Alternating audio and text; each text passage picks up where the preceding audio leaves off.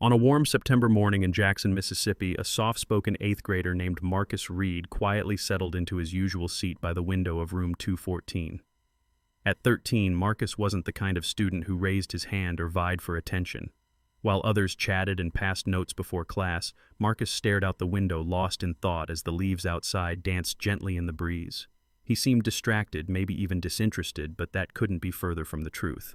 What most didn't realize, not his classmates, not even his teacher, was that Marcus's mind worked on a level far beyond the average middle schooler. Math especially came naturally to him. While the rest of the class worked through basic algebra, Marcus passed the time scribbling complex equations in the margins of his notebook. They weren't homework problems. They were puzzles he created and solved on his own just for the challenge of it. To his classmates and even his teacher, Mrs. Karen Whitaker, Marcus was just the quiet kid in the back. But behind those calm brown eyes lived a remarkable gift, one that had yet to be seen. Marcus didn't crave recognition or praise.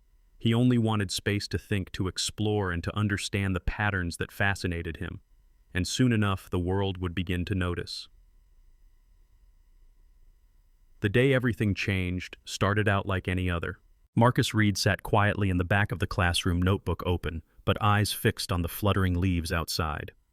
His eighth-grade math teacher, Mrs. Karen Whitaker, a strict but respected veteran of over 2 decades, stood at the front of the room. She was reviewing the latest math test scores, and she wasn't pleased. As she handed back papers, her voice was sharp.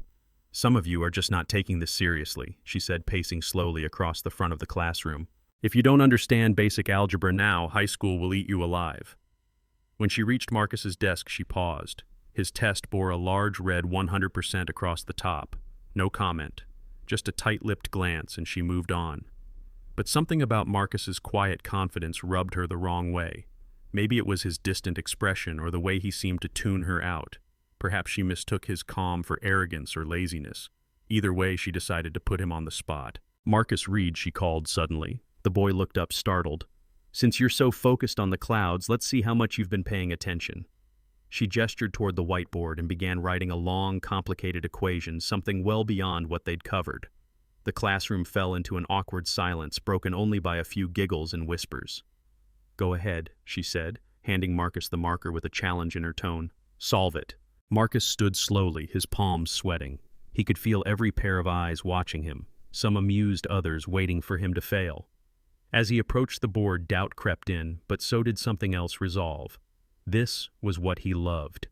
He had solved problems like this many times before, just not in front of an audience. With a steady breath, Marcus began writing. At first, the room stayed quiet.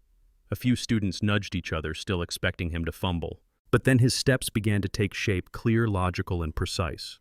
Murmurs shifted from doubt to astonishment. "Is he actually solving it?" someone whispered. And he was. Mrs. Whitaker, arms now uncrossed, leaned in with growing curiosity as Marcus circled the final answer. He capped the marker, turned around, and faced the class. His classmates stared not with mockery but admiration. The quiet boy had just stunned the entire room and changed how everyone saw him. As the classroom slowly fell into silence, all eyes turned to Marcus Reed. The whiteboard behind him was now filled with neat lines of equations, each step logically flowing into the next, leading to a correct solution for a problem most thought impossible.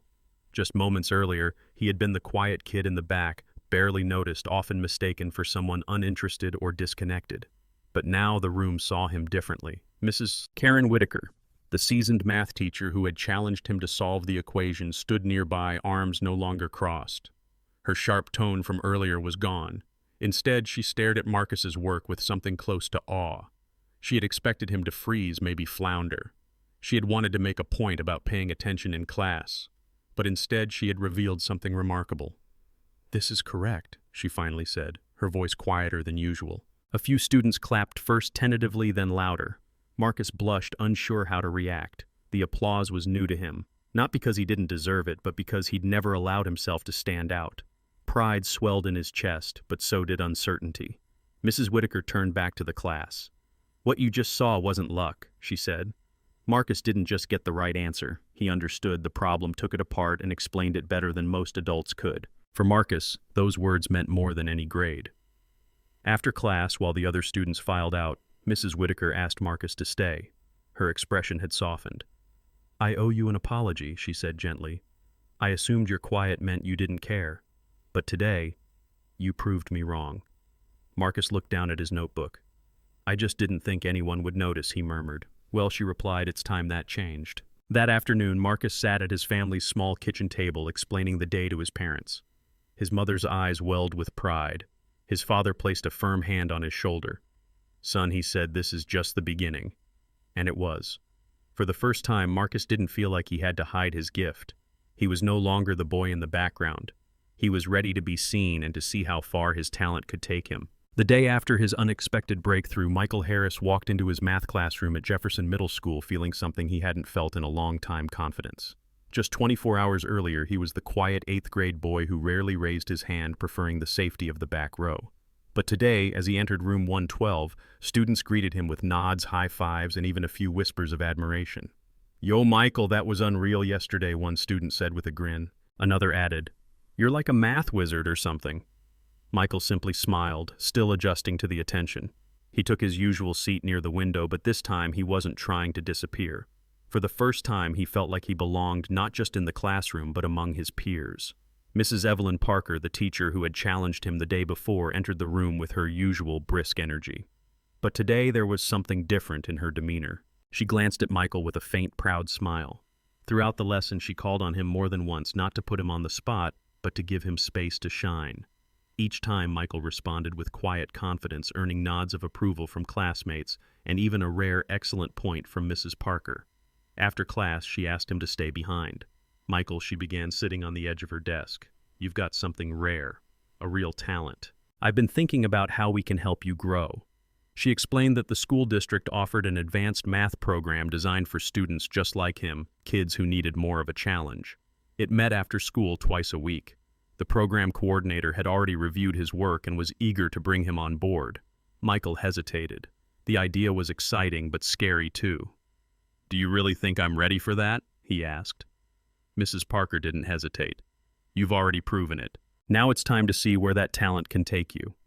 He nodded slowly, then smiled. "Okay," he said. "I'll give it a try." That decision marked a turning point not just in his academic journey, but in how he saw himself. Michael Harris was no longer the invisible boy in the back row. He was a gifted young mind finally being seen, supported, and encouraged to dream bigger. And for the first time, he truly believed in his own potential. That evening, back at their modest home in Savannah, Georgia, young Michael Harris sat quietly at the kitchen table, still turning over the events of the day in his mind. His worn notebook lay open before him, not filled with school assignments, but with complex math problems he'd always worked on in secret. Today, though, everything had changed. As he recounted to his parents what had happened in Mrs. Parker's classroom, the difficult equation, the stunned silence, and the applause, they listened intently. His mother Lillian reached across the table to hold his hand, her eyes shimmering with pride. "We've always known you were special," she said softly. "I'm so glad someone else finally sees it too." His father, a quiet man with kind eyes and a steady voice, nodded in agreement. "This is your gift, son. Don't be afraid to share it. The world needs more people who think like you." Michael looked down at his notebook. For so long it had been his private space, a place where he explored numbers, logic, and patterns for his own enjoyment. But now it felt like something more. It felt like the beginning of a future he hadn't dared to imagine. Later that night, he began writing not just equations, but goals. Maybe he'd enter a math competition. Maybe he'd apply to a summer science camp. The possibilities made his heart race with excitement and nerves. But most of all, he felt a sense of belonging, and the quiet encouragement of his family gave him the strength to dream bigger. The next week, Michael began attending the district's advanced math program. The classroom was filled with bright, motivated students from schools all over the city. The pace was fast, the material challenging, but for Michael, it felt like home. He wasn't just keeping up, he was thriving. At Jefferson Middle, his classmates saw him differently now. No longer just the quiet kid, Michael had become someone others looked up to, someone they asked for help, and someone whose opinion mattered. And at the heart of it all was a boy who had once tried to stay invisible, now stepping into his own light. With his parents behind him and a new sense of purpose within him, Michael Harris was no longer afraid of being seen. He was ready to grow, to lead, and to become the young man his family had always known he could. When Jonathan Lee first stepped into Mrs. Ellen Parker's 8th grade math class at Lincoln Middle School, he was just another quiet boy who preferred the back row. Reserved and thoughtful, Jonathan never raised his hand, rarely spoke, and often appeared lost in thought. Most teachers, including Mrs. Parker, mistook his silence for disinterest. She, a seasoned educator with high standards and little tolerance for distraction, had long believed Jonathan simply wasn't applying himself.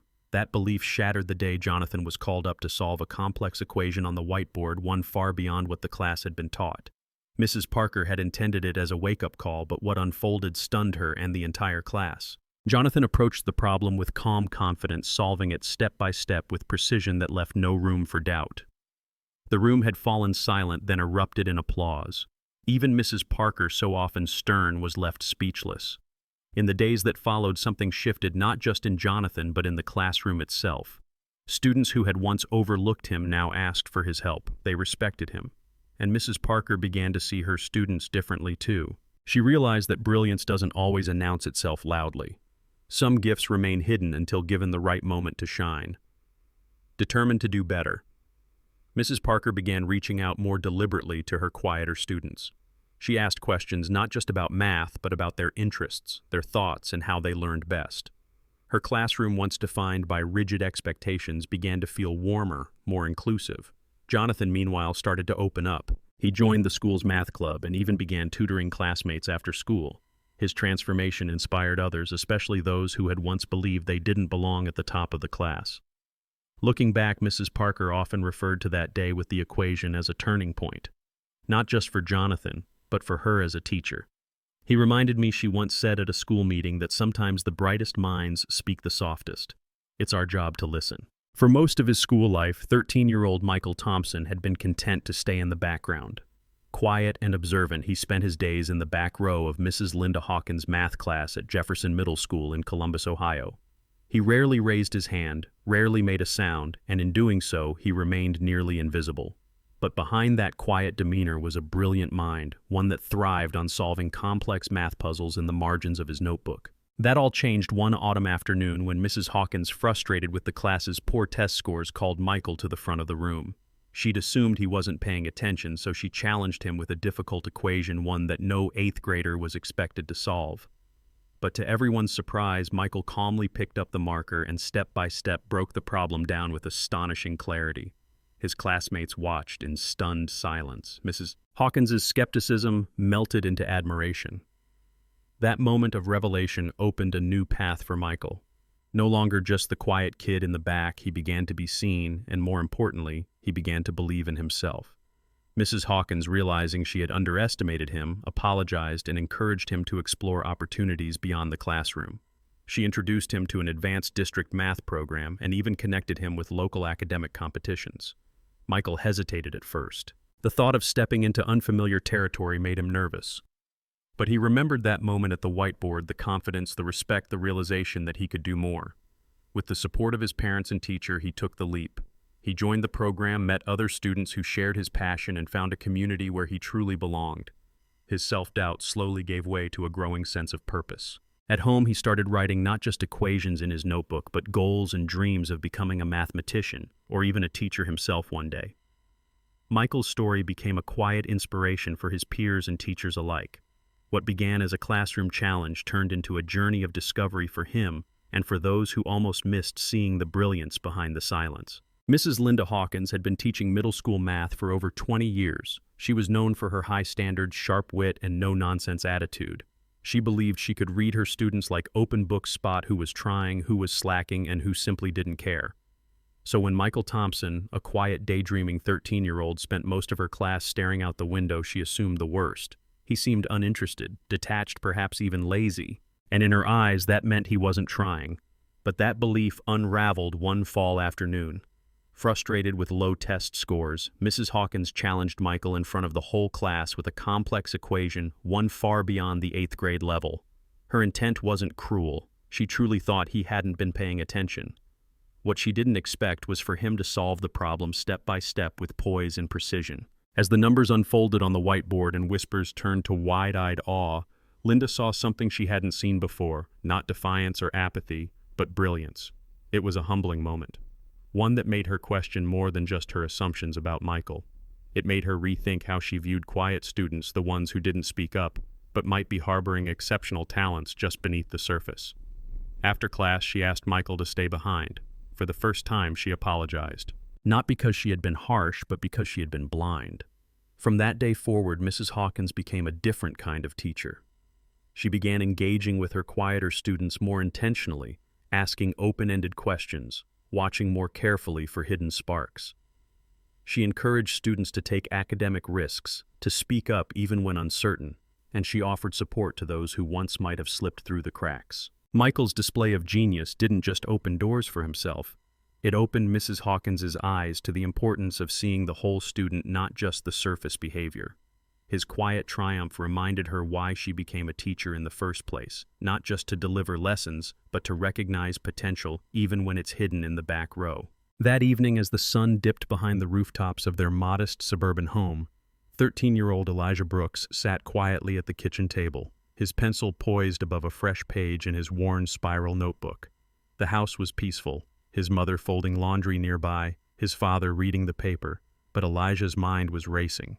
Just hours earlier, he'd stood at the front of his 8th grade classroom solving a complex math problem that had silenced every whisper and scoff in the room. His teacher, Mrs. Hawkins, who had once seen him as a distracted dreamer, now saw something entirely different. A gifted mind, a boy with potential far beyond his quiet demeanor. At dinner, Elijah had told his parents everything. How Mrs. Hawkins had called him up to the board, how his classmates had laughed at first, and how they fell into stunned silence as he methodically broke down a problem meant for advanced high school students. His father, usually a man of few words, set down his fork and nodded with pride. "You've always had it in you, son. Now others are starting to see it too." His mother, misty-eyed, reached across the table to take his hand. "You're going places, Elijah. Don't let anyone dim that light." For the first time in his young life, Elijah felt more than just smart, he felt seen. His notebook, once a private place to scribble numbers and work out puzzles in the margins, now felt like the start of something more. It wasn't just about solving math problems anymore, it was about imagining a future. One with challenges he welcomed, with classmates who looked up to him, and with mentors who believed in his abilities. The next day, as Elijah returned to room 108, the energy had shifted. Friends who had once barely noticed him now greeted him with smiles and questions about math. Mrs. Hawkins met him at the door with a suggestion, an invitation to a district-wide advanced math program. Elijah hesitated. The idea of stepping into a world filled with older, high-achieving students was daunting. But then he thought of the board, the applause, the way it felt to solve something difficult and be recognized for it. With a deep breath, Elijah accepted the opportunity. He knew it wouldn't be easy. But for the first time, he wasn't afraid of the challenge. He was ready to rise to it. In a quiet kitchen just outside Columbus, Ohio, 13-year-old Elijah Brooks sat hunched over his notebook, pencil in hand, heart full. Earlier that day, the quiet boy who once faded into the background had stunned his entire math class and his teacher by solving a problem most adults wouldn't dare attempt. But this moment wasn't just about numbers. It was about being seen, truly seen for the first time. His parents listened with pride as Elijah recounted how he stood at the front of the classroom, the hush that fell over his peers, and the teacher's unexpected apology. That night, the notebook before him held more than just equations. It held hope. Hope for the future, for opportunities he never thought would come his way. Life lesson. Sometimes the most remarkable people are the ones we overlook. Elijah reminds us that brilliance doesn't always announce itself loudly. It often whispers from the quiet corners of the room.